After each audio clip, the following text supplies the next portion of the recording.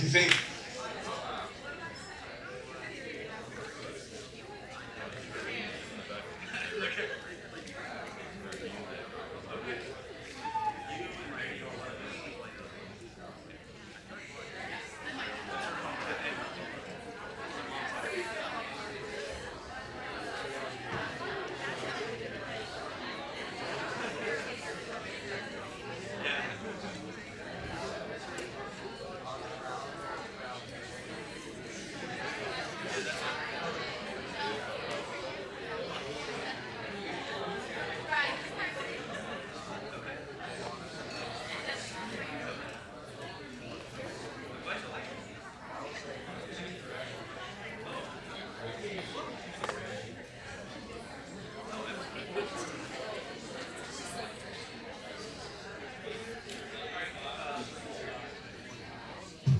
Go ahead and fire up Top Hat. We're going to do Top Hat before we start a review. Again, remember, you don't have to do Top Hat. It's 3 points added on to your exam total at the end of the semester. First meeting of Women in Neuroscience is tonight at 5:30 in JSB. Do we have any women in neuroscience? No? Okay. Any members? Executive? Oh! Okay, gotcha. Are you going to be there? Okay.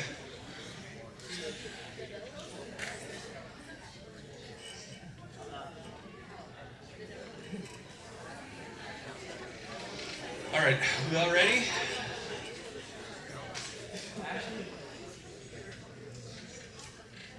I did post a study guide on Canvas. The exam is taken directly from that study guide. The exam's done. I've been telling you all month, last month, what's going to be on the exam. If you all get A's, it's awesome. But let's start with today's top ethics.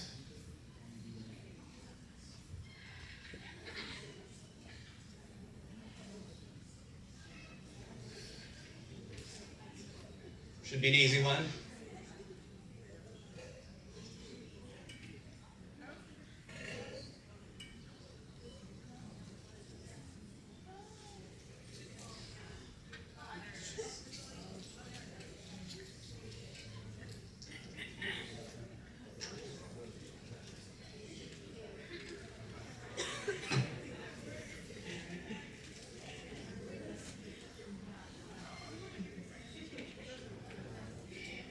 Seconds. Does your internet not work?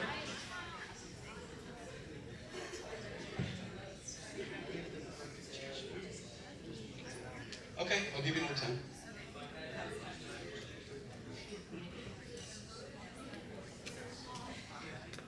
Okay.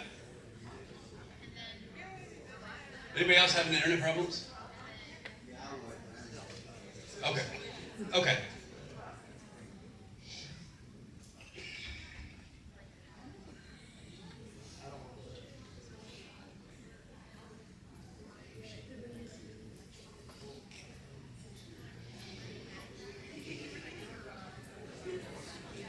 Seven people.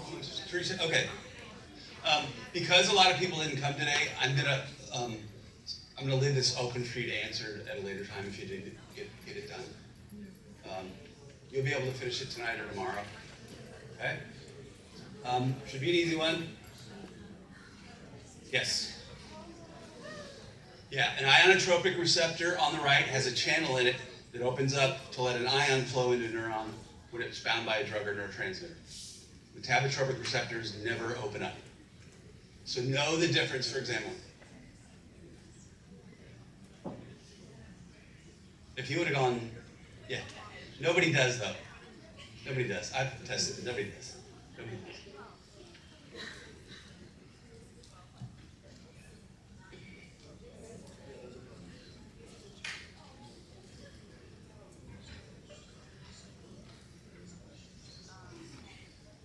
We went over the stuff, didn't we?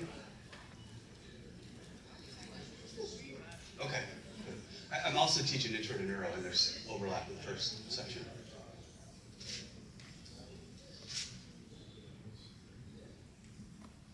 Just guess.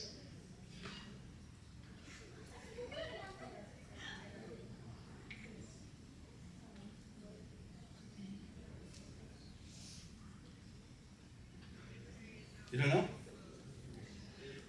Yeah, no, this is a fill in the blank. It's intentionally tough. I don't do fill in the blanks for the most part on exams because it's really hard for me to predict how you might misspell basal ganglia, which is the answer to this question.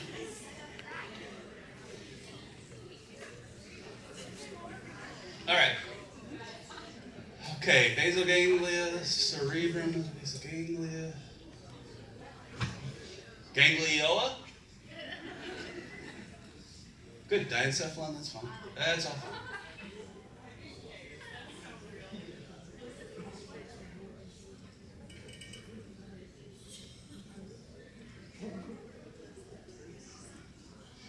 This is me asking for your feedback about top hat.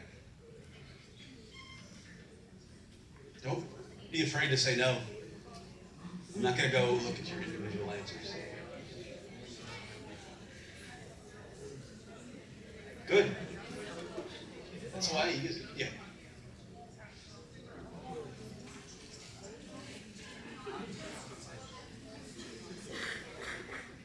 People learn better with top hat.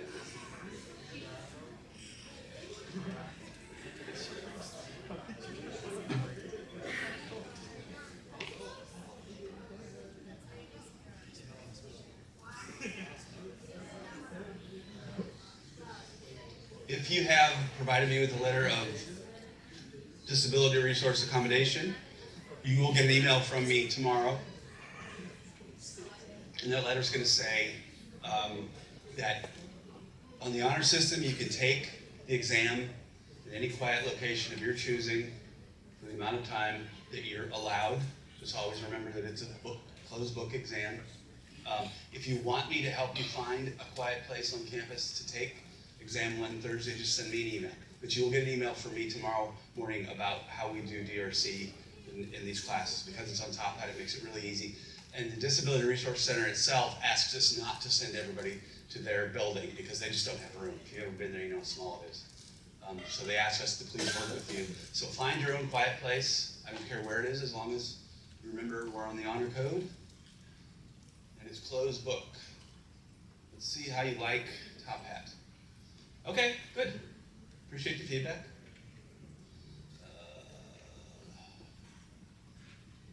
One more Top Hat question, then we're going to go through the same question. Did I put it in there, 12? No, I didn't. Okay. Oh, here. Oh, I put up the wrong questions. That's why it's confusing. I put up the wrong question. Click on the G proteins in this image. You really need to know the difference between G proteins and ionotropic receptors. Metabotropic receptors are linked to G proteins.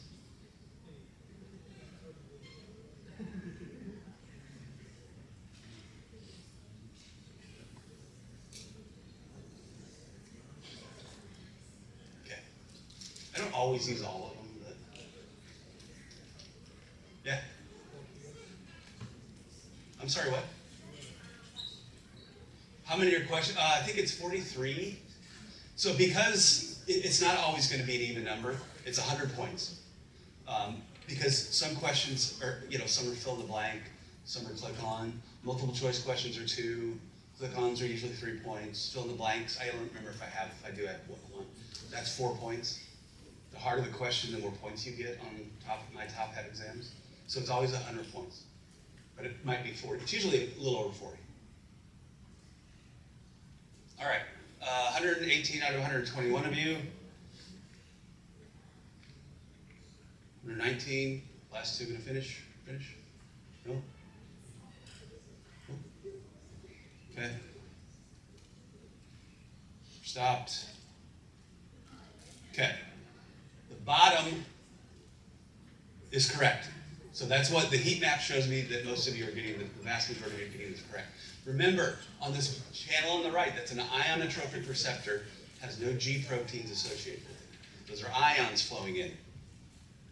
This is why we do Top Hat. What else might I want to? I'll do one more. This is the last one I'm going to do, but these will all be available to you to do tonight until the end of the week. This is a tougher one. Click on the heteroreceptors. So you have to remember what they are and where they're located. Definition and location. So that's why you would get 3 points for getting this right instead of 2. Because you have to remember more than one thing about heteroreceptors.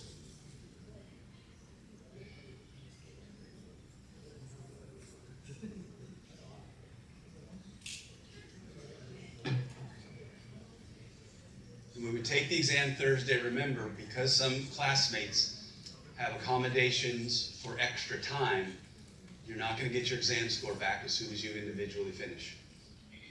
When the last person's done, I know what time everybody's going to be done roughly. I click end test, then your scores will populate immediately. All right. Let's see how we did on this one. Perfect. Yeah. A good number of you. The correct answer is up here. Receptors for a different neurotransmitter that are there to help increase or decrease the firing of neuron 1.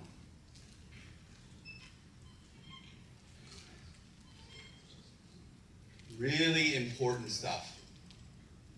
Really important stuff. So, okay. Now, I'm not going to go through all the slides. I'm going to buzz through, and I'm going to tell you, I've told you on the study guide what to study. I'm going to buzz through. These are general terms that don't really mean much. What's the difference between pharmacokinetics and pharmacodynamics? That's huge. What's bioavailability? You know, anything that seems important, you really need to go over.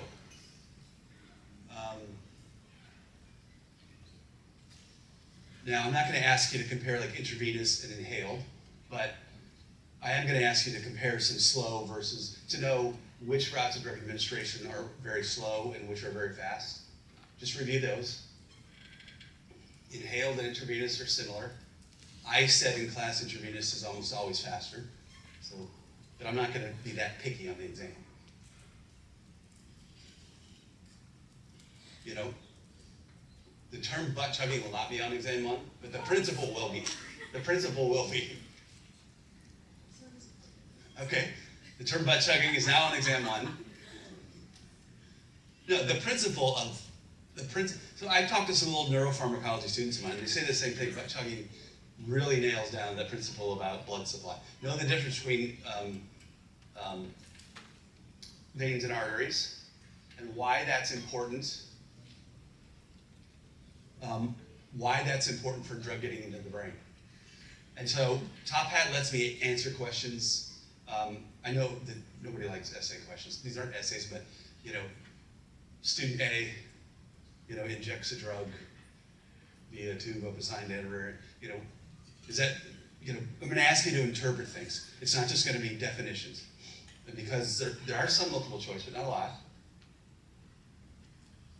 But I'm convinced this is going to make you remember. You know, this is really a physiology question. I'm not going to ask you anything on this on exam 1. But know the difference. Why is red blood different than blue blood? Red's oxygenated. That carries blood away from the left side of the heart to the organs. And it's virtually impossible, well, for people to recreationally administer drugs intra-arterially. You can do it in a hospital setting, relatively easy. But you don't need to know about heme and oxygen.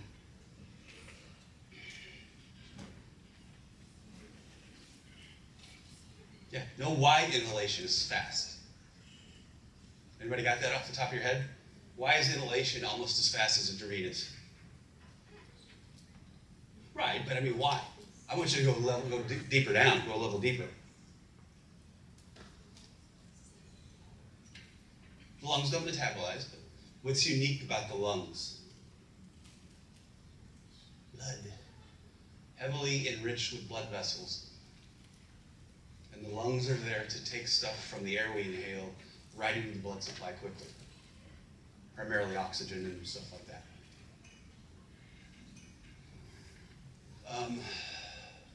Yeah, obviously you gotta know why oral slow.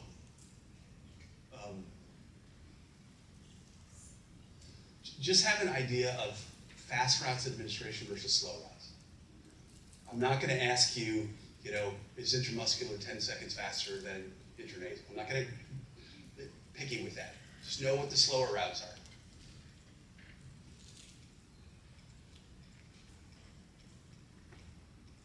Questions about intranasal? Why is intranasal relatively slow for a lot of drugs? Because of the mucous membrane of the nasal passages. That's a physical barrier that drug has to get through.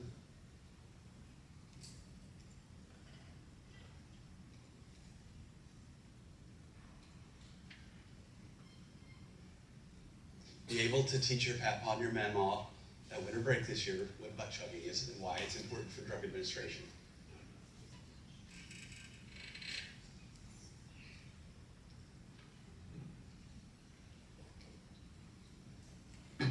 Okay. Cell membrane, action potential.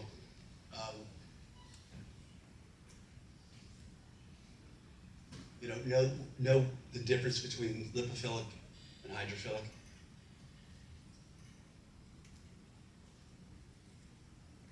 Characteristics of a lipophilic compound that can get through the lipid bilayer membrane of neurons relatively easy is that they're uncharged, therefore non-polar.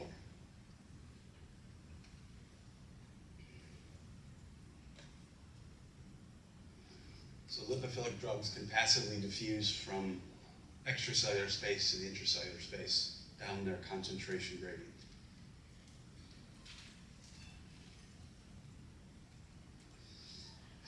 This is ticky-tacky stuff. This is just an FYI kind of stuff. There are a million things other than route of administration that can change how quickly and how much of drug gets in your brain. That's all this slide is about, nothing specific there. And again, know what the blood-brain barrier is and why it's important. Know what the blood-brain barrier is. Really important concept in pharmacology. You may remember why we have an area of the brain without blood-brain barrier, the area postrema. Yeah, it's your vomit center. It's a means to detect if we've consumed something toxic that we should expel from our bodies. It's a really clever evolutionary adaptation.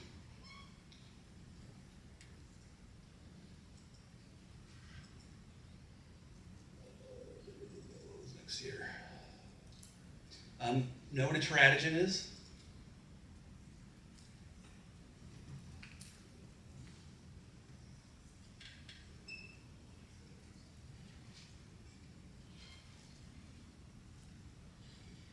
Know what drug depots are? This is a relatively minor concept, but it's important to know. I might ask you one question on this, right? It's and the reason is, why can they detect marijuana in my hair for 3 weeks after I smoke or something like that? Some drugs get stuck in fat and bone depots in your body, and they metabolize. They get leaked back out into the blood very slowly. Simple concept, maybe one question. First order, zero order kinetics. This is one that is really easy to flip-flop and mix them up, just like efficacy and potency. Anybody have questions about first order kinetics?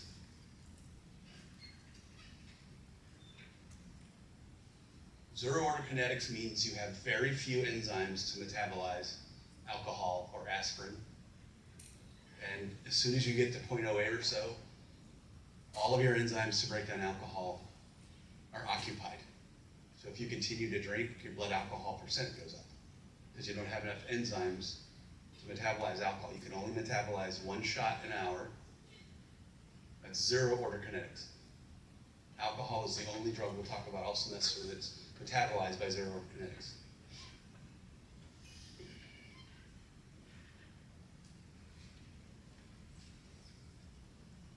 Half-life. Really important concept, right? That's why I get a second cup of coffee at 1:30 in the afternoon.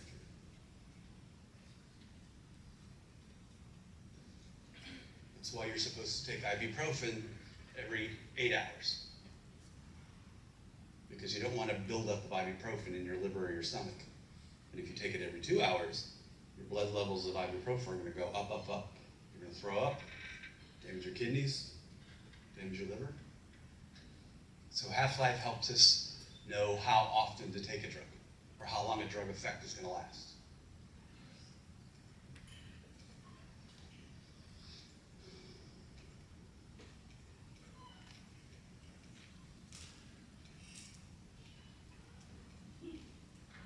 Yep.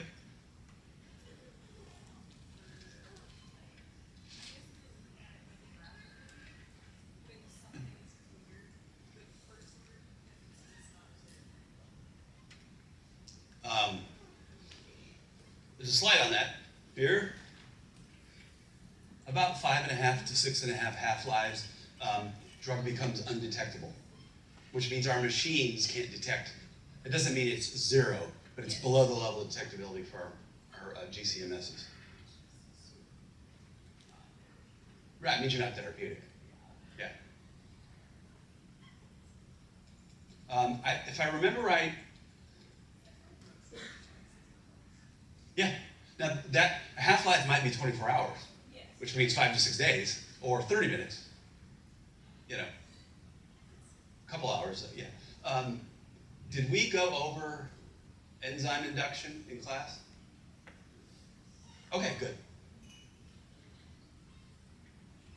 I would have had to apologize to Morgan. I don't remember going over it in class, but I guess it's just all automated now. Okay. How is pharmacodynamics different than pharmacokinetics? If you've had Biochem 401G, you know what molecular docking is. I'm not going to ask you about that on the exam. Okay? Just know that any time a drug or a neurotransmitter binds to a receptor, it doesn't happen in this very boring, oh, sorry, wrong way. It involves a three-dimensional change in the shape of a drug and receptor bound together. That means the receptor is either activated or inhibited. It happens in a three-dimensional space. The cartoons you see in textbooks are just cartoons. Oh, you know this. You're going to have two questions on efficacy versus potency. Super easy to get them mixed up. So my advice, answer it the first time, and before you submit your exam, if you're not sure, go back and you can change your exam. Just go back and double check. This is a common one I see in this class and even my graduate pharmacology class. I see students get mixed up. I don't know why, but I'll do it every now and then. I'll get it wrong. Just know the difference. You will get a graph like this. I'm going to ask you with real drugs to compare the potency and efficacy of real drugs. Okay, it won't be this graph. What? Let me go back. Questions popping up? Know these general terms in red. What's an agonist? How does it work? What's an antagonist? What's a partial agonist? So the question I think I might revise is going to go like this, because I always want you to think about why it's clinically relevant to understand things like half-life, partial agonist. Which of the following types of drugs would Matt like to consume to get off of his nicotine addiction? Different Matt. Would it be a competitive antagonist, an agonist, a partial agonist? Partial agonist gives a little bit of a drug-like effect, but not as much effect. So Matt is not going to go through as much nicotine withdrawal if he's taking Chantix, which acts a little bit like nicotine. Same way we treat opiate addiction. Give them a partial agonist so they don't go through withdrawal. Yeah?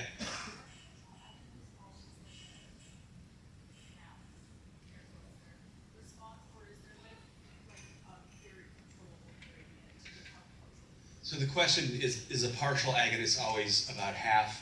No. Huge gradient. Depends on how good the partial agonist is. Yeah, I mean, we have people do it in College of Pharmacy all the time. We work with a drug development group to take molecule. So right now there's a group, Dr. Bardo's lab, he's a neuroscientist in psych, he works in BBSRB. They're trying to make a drug like Narcan that is more selective than Narcan itself at reversing fentanyl. Narcan was created as a competitive antagonist to heroin. Heroin and fentanyl are similar, but different. So they're trying to take the Narcan active ingredient and molecularly alter it to make it more specific for fentanyl. That's what our College of Pharmacy does. It is pretty cool. Competitive versus non-competitive. Use the Narcan example to remember what a competitive antagonist is. Active ingredient in Narcan, which is naloxone, goes to where fentanyl is bound to an opiate receptor and knocks it off. Then any other type of antagonist is non-competitive. Just remember what Narcan does. Anything else is non-competitive. Question? Okay. Questions?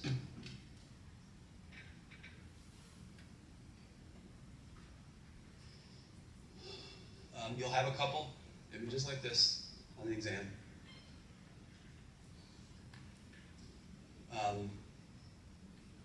Not really major concepts here.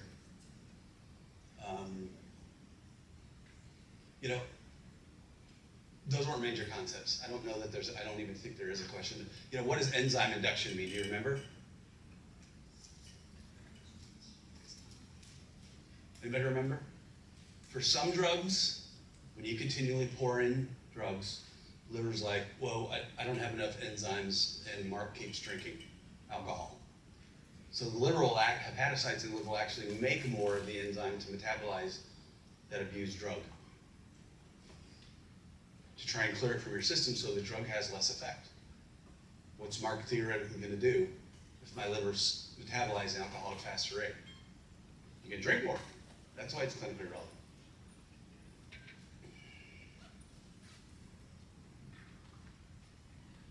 All right.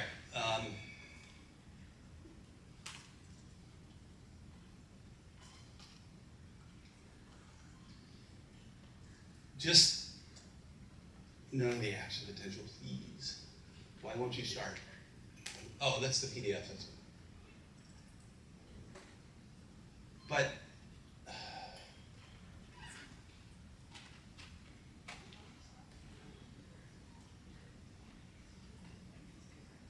yeah, eventually, yeah. It's different for every person, but it's depends on how long somebody's drinking. If it's a typical, somebody is 65 years old, goes through detox, then it's going to take a long time for those enzyme levels to come back in. Yeah, it just depends.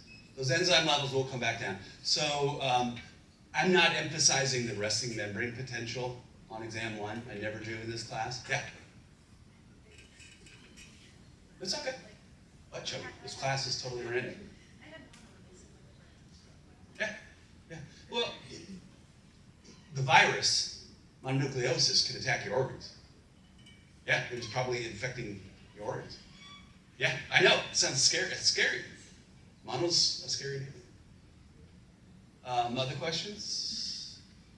I'm not going to ask you questions about the resting membrane potential. You had that in a class previously. But the action potential itself is very important. Okay? These are just fun images to demonstrate principles about, what are the role, what does a depolarization versus a hyperpolarization look like, right? Simple, silly graphs like this. But you'd be surprised, by not paying a little bit of attention to it before Thursday, you'd be surprised at how many people will get this wrong. Just take a quick peek at it. Okay? And then this, know what happens at the threshold, know what happens at plus 40, know what happens in repolarization. So know your sodium channels, the nodes of NVA, potassium channels, the nodes of NVA. Know what they do in the action potential. Does anybody want to go through this? Yeah. Is there a physical effect of enzyme reduction just from the enzymes alone instead of building a tolerance? Well, I guess it depends on what you mean by physical. Your blood alcohol level is going to be lower than it was 10 years ago before you started drinking heavily. Like, I guess I'm asking for side effects of increased number of Yes, liver cancer. Yeah, yeah, it's very, liver failure, fatty liver disease. It's very unhealthy for hepatocytes, which is the type of cell in your liver, to be overactive. Yeah, any biological organism in the body is just not meant to be hyperactive or hypoactive. Is that the same as liver cirrhosis? Yeah, cirrhosis of the liver. Yeah.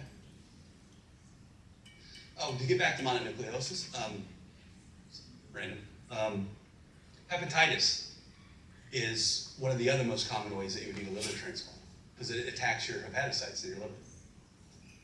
I know a neuroscience professor at UK has a new liver because he had hepatitis. Question? To what extent do we need to know about the nodes around NVA? Everything you can think of. Everything on the slides. That's where the sodium gated ion channels and potassium channels are. Know their role in depolarizing and repolarizing the action potential. That's a big one. And anybody that there's only two of us that teach this class, but you know, we really hit the action potential hard. It's that important when you're taking classes like this. You've got to graduate from UK with a really good understanding of the action potential. And then you're going to get it again in PT school, med school, dental school, or whatever. It's that important to anything biomedically oriented. And this slide's awesome. This slide is actually from a free, shared, open source Introduction to Neuroscience PDF that I use for Intro to Neuroscience. So this is really good. And there's a reason we're showing you these, the action potential over and over and over. Just got to have that in your back pocket. Questions about the action potential? These are just characteristics. I'm not going to waste your time or my time writing questions about how long does an action potential last.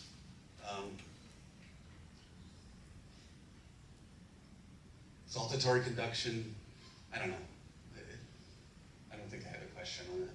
Just know that the action potential doesn't happen all at one time, right? This section has an action potential, then this section has one, then this section has one. So every one of these nodes around VA is testing the membrane potential right next to it. Does that make sense? This is the first section of the axon that says, hey, I'm at minus 50, I'm at threshold. So this first section is going to have an action potential. This node of NVA here is going to say, hey, there's an action potential going nearby. It's going to pass over the node of NVA, and that sodium is going to rush in here and cause an action potential at the next section, then the next section, and the next section. Yeah. No, you don't need to know anything about the reference electrode. Just know that the potential is always what is the inside of a neuron relative to the outside. Yeah. No, I'm not going to ask you techniques, scientific technique stuff.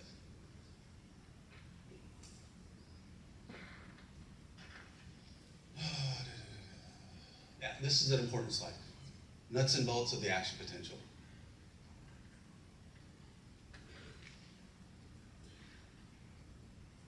Okay.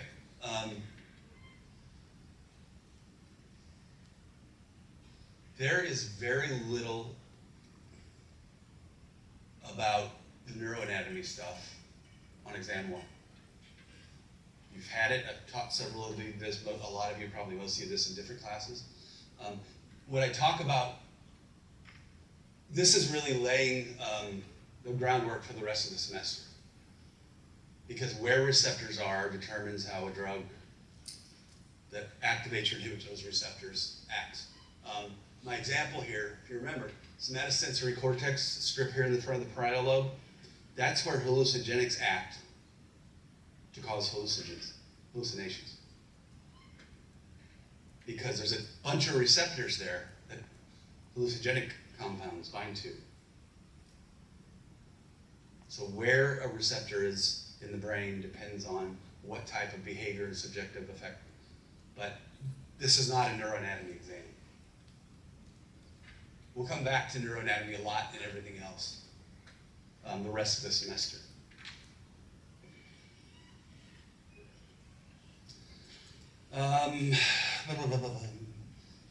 This is important. We just did the top hats. Really know the difference between different types of G proteins. GI is inhibitory. These are minor points. The vast majority of synapses are axodendritic in the nervous system. Obviously know what a heteroreceptor is. And what heteroreceptors do.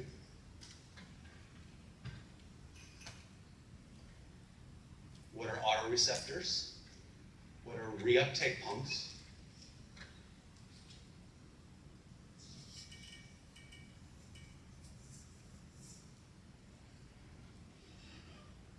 Is this just about autoreceptors?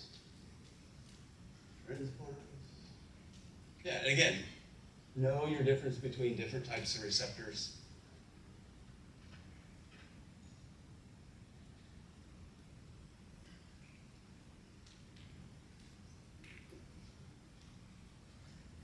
Know the three different types. It's the G protein labeling is easy. If I say GS, you know it's stimulatory. If I say GI, it's inhibitory. And if you remember right, during the lecture, I told you don't need to remember the biochemistry of how the G proteins work. Go take, yeah. Or three classes of metabotropic, well, GQ is the other one. Three classes of metabotropic receptors. Where's my GQ slide? Oh, okay. I talk about it in other classes, but I didn't want to go that biochemical in this class. IP3 and DAG and all that. That's for a different class. Okay. Questions? Yeah. It's the main difference between heteroreceptors and autoreceptors. Big difference. Autoreceptors bind to the neurotransmitter the neuron just released to inhibit further release of neurotransmitter. A heteroreceptor is a receptor for a different neurotransmitter than the one that neuron makes. And it can be excitatory or inhibitory.